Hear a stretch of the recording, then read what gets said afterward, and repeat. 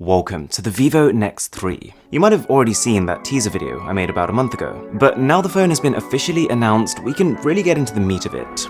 This is the phone's retail package, and you can tell straight away that a lot of love has gone into it. There's a 44-watt super flash charger, a pair of noise-cancelling earphones, of course the phone itself, and just below that a USB-C cable. Now for the fun bit. So, with a record-breaking display, an ultra-high-resolution camera, and some class-leading hardware, the Vivo NEX 3 is a really impressive package on paper, but what I want to do in this video is compare to the Galaxy Note 10 Plus, the current kingpin of Samsung's lineup, and arguably the best Android has to offer, and in the end, we're going to crown a winner. The short conclusion is this: each of these devices really helped me appreciate what the other was able to achieve. As for what exactly I mean by that, here's the longer answer.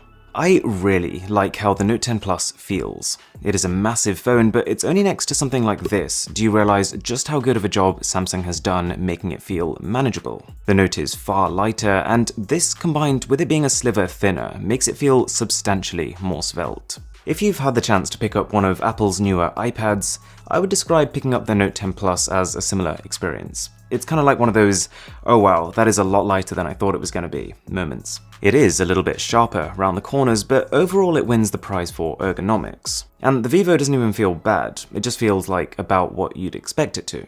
You'll start to see, and actually a big reason why I made this video is that whilst these two phones look very similar on paper, and to some people probably even in person, they're made with very different design philosophies. Whilst the Note is built on refinement and polish, the NEX feels new, daring, and experimental, and that also translates to the way they look. Aside from that psychedelic aura glow option, the Note is a fairly plain-looking phone, whilst the NEX introduces a pretty bizarre circular camera setup, kind of reminiscent of a mechanical watch face. And just when you thought you'd seen every single possible smartphone finish, here's another one. In bright light, you get wide bands of rainbow color, and as you tilt the phone, it turns into a more consistent gradient. And then you've got buttons where, while Samsung has mildly experimented by moving all the physical buttons to the left of the phone, Vivo has just straight up removed them. In this continuous pursuit of complete seamlessness, they've been replaced with virtual equivalents, which, to be fair, still give a satisfying response and they're easy to feel for, but I wouldn't call this in itself an advantage.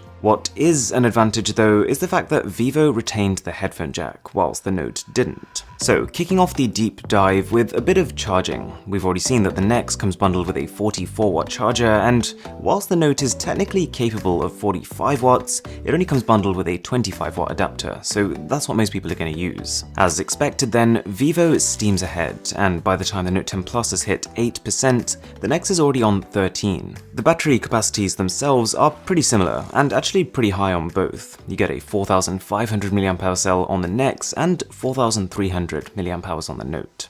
Do you ever wish that there was one smartphone released per year that had the best elements of all the other devices? Sometimes I do, and having the cameras on these two devices together is an agonizing example of that, because there is just so much joint potential here. Both bring something completely different to the table, and in this case, we're talking the Vivo's ability to capture stunning 64-megapixel photos, and the Note's color processing and its video quality. So yes, providing you're in good light, the NEX 3's 64-megapixel photos look spectacular. I wasn't sure what to expect going in, but these photos are notably more detailed when you crop in than the Note's 12-megapixel ones. I wouldn't use the 64-megapixel mode in low light, but I was surprised to see, even in average lighting, even when the subject isn't being blasted by the sun, it's still getting way more information in. Vivo also has a super macro mode that lets you get really tight focus on objects that are right in front of you. Plus, the phone's wide f1.8 aperture compared to the Note's means that photos in the day have a lot more natural background blur.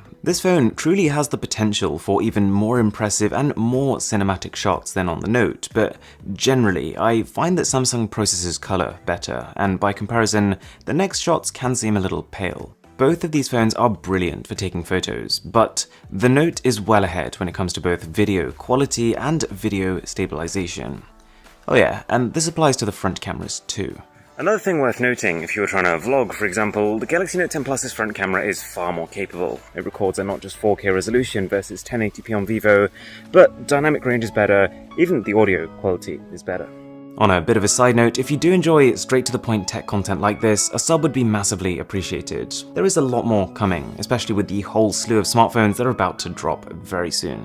Anyways, one very important consideration with the NEX 3 is the fact that the chip inside this phone is faster than both the Snapdragon and the Exynos versions of the Note 10 Plus. Armed with the Snapdragon 855 Plus, the NEX 3 is around 10% more powerful.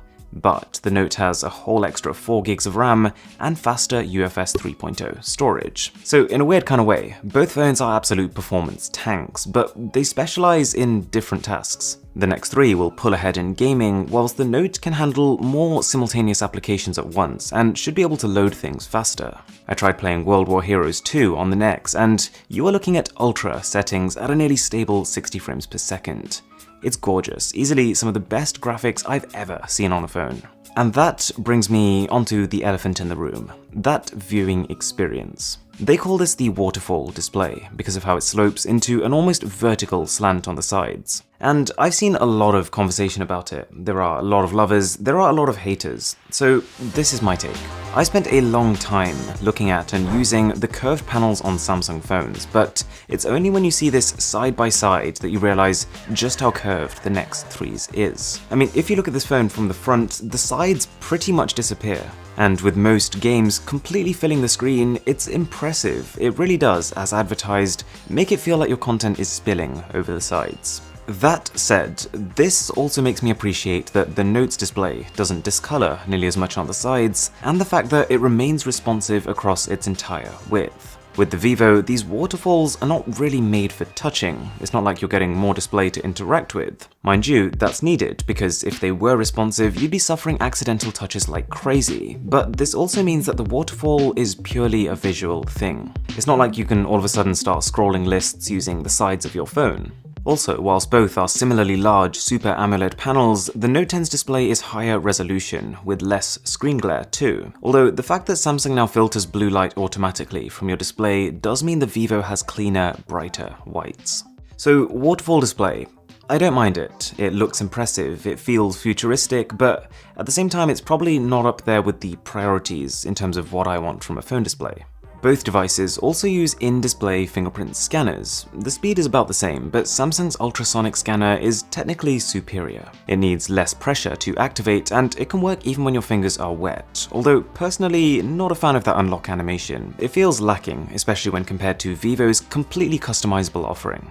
And, speaking of customizable offerings, the software you're looking at here is Vivo's FunTouch OS. And it shares some aesthetic traits of Samsung's One UI skin, like the rounded square icons, but under the hood, they work pretty differently. With Vivo, for example, you swipe up once from the bottom and you can see all your quick toggles, which is actually faster than the 2 swipes and a stretch you need to do the same on the Samsung. They've both got a dark mode, they've both got powerful battery-saving features, and both place an emphasis on reachability, which is pretty important when you're handling screens of these dimensions. Alright, so up until this point, really close battle. You're probably thinking, I don't know, which one is winning?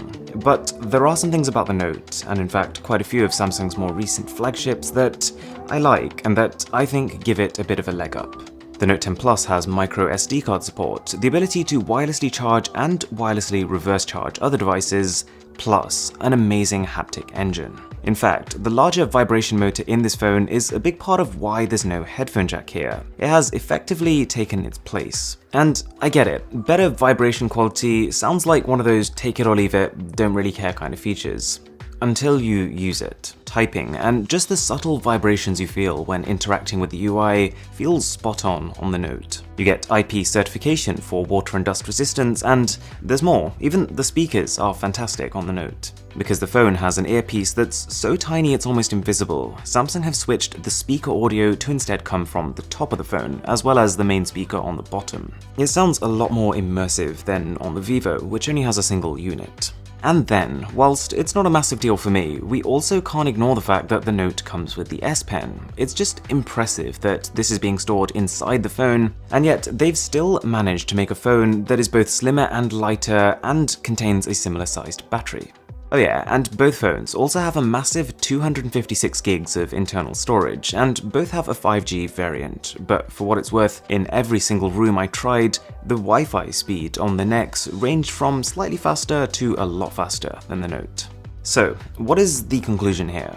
I mentioned earlier that each one of these devices really helped me appreciate the other, and hopefully as we've gone through this video, you've started to see why that is. These are two top-level flagship smartphones, but they've gone about achieving this in pretty different ways. That waterfall display, the flagship feature of the NEX, is cool, I like it, but I don't think it adds much to the daily smartphone experience. I think things like great haptics or the speaker quality on the Note are subtler, more important features. That said, the NEX brings a lot more than just this display. Its larger battery, its faster charging, its more powerful chip, and the headphone jack, they all make it relevant. But if price was no object, I would still side with the Note on balance as the more well-rounded device. Ultimately though, the cost is important, and so as soon as I get the final confirmed prices, I'm going to drop them in a pinned comment below, and so based on that, let me know which phone you think won this competition. Thanks a lot for watching, my name is Aaron, this is Mr. Who's the Boss, and I'll catch you in the next one.